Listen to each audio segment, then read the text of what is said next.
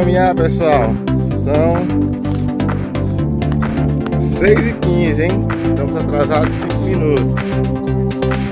Mas ó, já estamos absorvendo aqui os primeiros raios da luz solar. Como falei da primeira vez.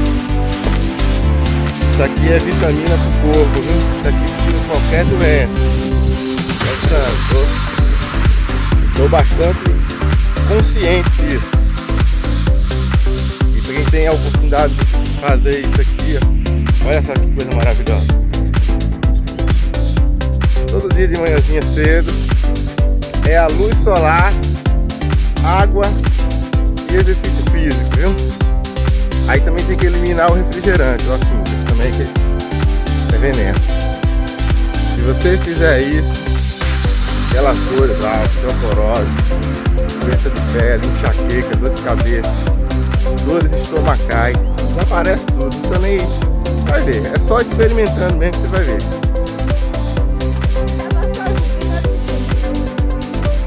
Olha só que imagem bonita.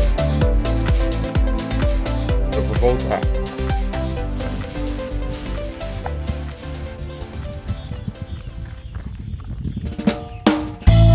Tá vindo. Parece ser algo simples, né? Isso aqui parece ser algo simples. Mas tem uma importância muito interessante. Significado, não só um significado, mas na prática essa atividade que a gente faz que deveria ser estimulada pelos governos, as prefeituras, por exemplo, têm secretarias. Tem secretarias de esporte, de cultura, de lazer e tal. Essas secretarias deveriam incentivar as pessoas a fazerem exercícios físicos ou exercício físico, porque isso descongestiona os hospitais. Quando se faz exercício físico, o corpo reage bem e aí muitas daquelas doenças, né, que poderiam ser evitadas, elas são eliminadas em razão do exercício físico, da ingestão de água, da absorção da luz solar. Então, algo que parece ser muito simples, na verdade, pode ser a solução de um problema de saúde gravíssimo. A gente vai nas emergências dos hospitais aqui, estão lotadas, né, por doenças que poderiam ser evitadas, né? E os remédios mais eficazes que existem estão na natureza, né? Não é na farmácia, estão na natureza. E consiste exatamente nisso, na prática do exercício físico, na luz solar e o hábito saudável de beber muita água. O sono, né? Também deveria ser estimulado o sono. E deveria também ser desestimulada a prática da ingestão do álcool, refrigerante, porque isso aí também traz doença, né, para as pessoas, traz doença séria. Então veja, qual é a nossa responsabilidade enquanto cidadão, né? Cidadão é o homem da cidade, é aquele que se preocupa com os problemas da cidade. Daí ele é o cidadão, ele vota, ele tem obrigações, deveres e obrigações. Ele vive inserido num contexto social que exige dele determinados comportamentos que visem sempre o futuro. Nossa responsabilidade é cuidar das próximas gerações. E onde estão essas próximas gerações? Aqui, ó. Aqui é o futuro do Brasil, tá aqui, ó. E a nossa responsabilidade, enquanto cidadão, é cuidar dessas gerações. Por quê? Aqui vão nascer médicos, engenheiros, advogados, astrofísicos, administradores de empresas, enfim, pedreiros, motoristas, agricultores, pecuaristas, a área aí da agricultura, produtores rurais, que hoje é uma das mais importantes que tem alimentado o Brasil e o mundo, né? O Brasil é um dos maiores produtores de alimento do mundo. Essas pessoas precisam ser cuidadas, né? Esses jovens precisam ser cuidados. De que forma? Políticas públicas, políticas sociais, escolas de qualidade, exemplo que vem de cima, o exemplo do governante, né? Para fazer com que essas pessoas possam se desenvolver e tocar esse país lá na frente, né? Porque uma geração dura quantos anos? 80, 90, no máximo 90 anos. Então depois quem vai comandar esse país são essas pessoas que estão nascendo. Então se essas pessoas não tiverem boa educação, bons hábitos, uma mente limpa, aberta para tocar isso aqui, daqui a pouco tempo nós simplesmente iremos desaparecer. Essa é que é a grande realidade. Pode parecer um pouco trágico, né? Pode parecer assim um pouco, não estou forçando tanto, mas essa é a grande realidade. Já existem exemplos de países que foram países ricos no passado e que não tiveram o cuidado de cuidar das próximas gerações, e simplesmente países que empobreceram, se enveredaram pelo lado da guerra, guerras civis. O povo não tinha valores, né?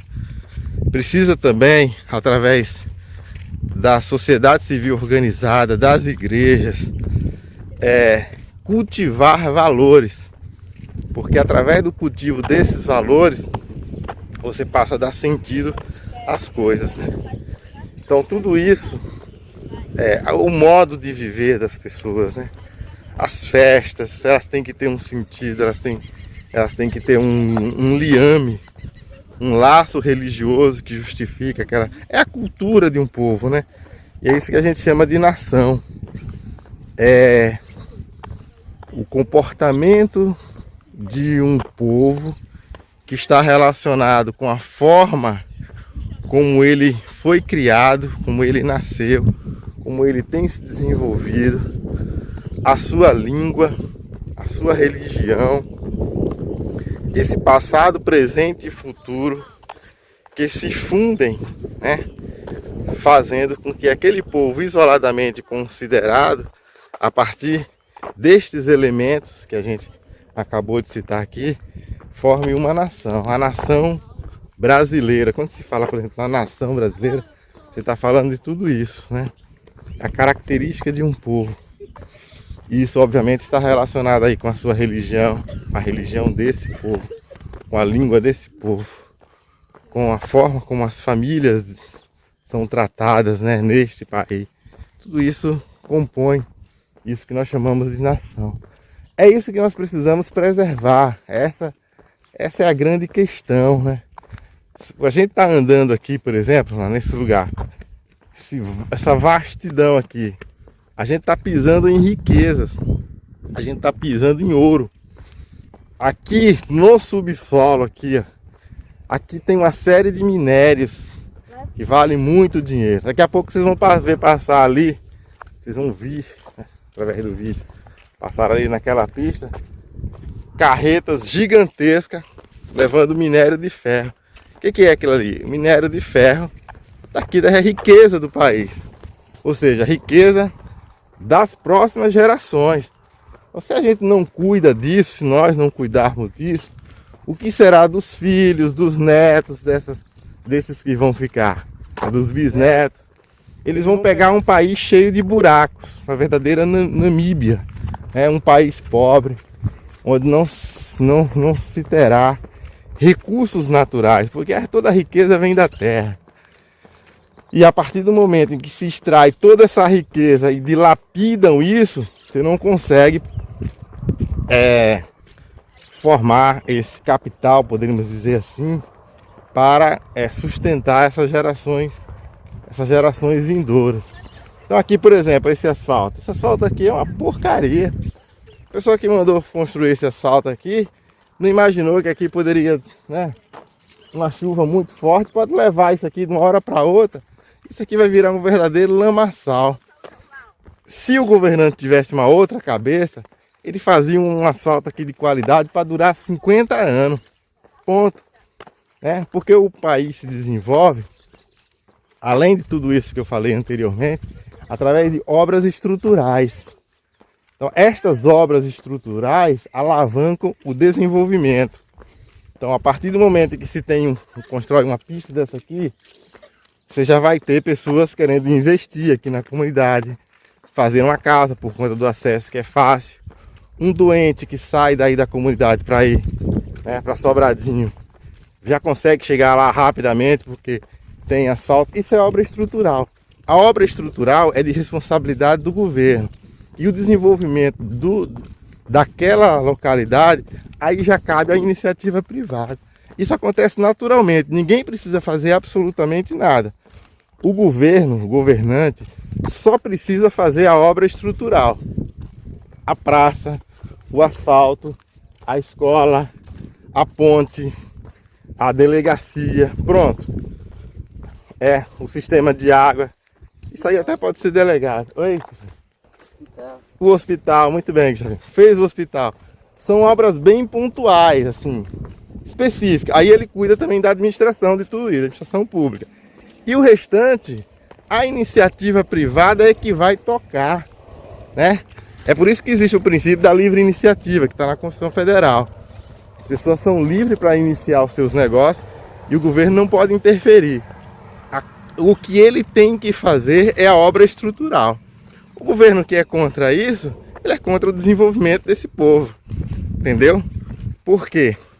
O governo que é contra isso, ele promove a pobreza.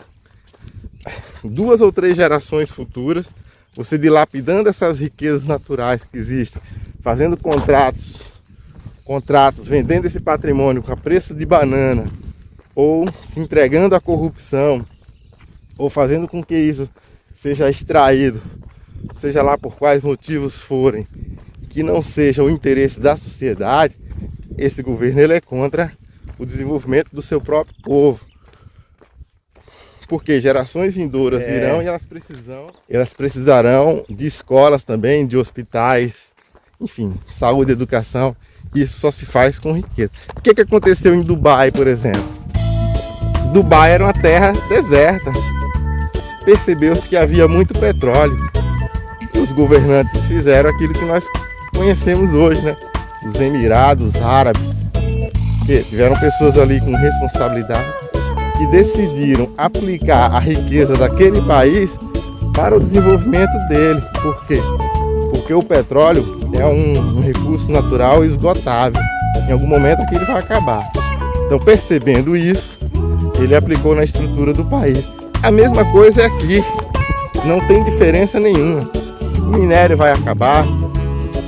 As terras, sei lá, como que vão ficar essas terras daqui a muito tempo, depois que elas forem, né, plantadas e replantadas, enfim. Os rios, né? A gente sabe que os rios aí estão poluindo, enfim. Mas o fato é que nós precisamos criar um plano, né? Nós não, o governo, o governante, criar um plano de desenvolvimento para fazer com que essa nação cresça, né? Floresça, dê oportunidade para que os outros lá na frente venham desfrutar da riqueza desse país. Como é que se faz isso? Já desde o início, escolhendo pessoas que esse desenvolvimento vem através de leis. Se você coloca lá um imbecil qualquer para fazer leis, para governar, o que vai acontecer com você? Você vai ser governado por verdadeiros mentecaptos, né? Aqui, ó, vou mostrar aqui, ó. Vamos ver a riqueza lá, ó. Vendo ali, ó? É o dia inteiro assim, né? É o dia inteiro. O que é aquilo ali? É a riqueza das próximas gerações. Tem outra, será? Acho que não. É outra? Essa aí é grande. Ah, não. Esse aí vai entrar aqui. Aqui, ó. Deve pegar melão, melancia. O que é, Nandinha? Deve pegar melancia. Melão, melancia aqui, ó. Riqueza, tá vendo aí, meu povo? Isso aí, é por isso que a gente precisa cuidar das pessoas. A gente precisa cuidar das pessoas porque são elas que promovem o desenvolvimento de uma nação, ok?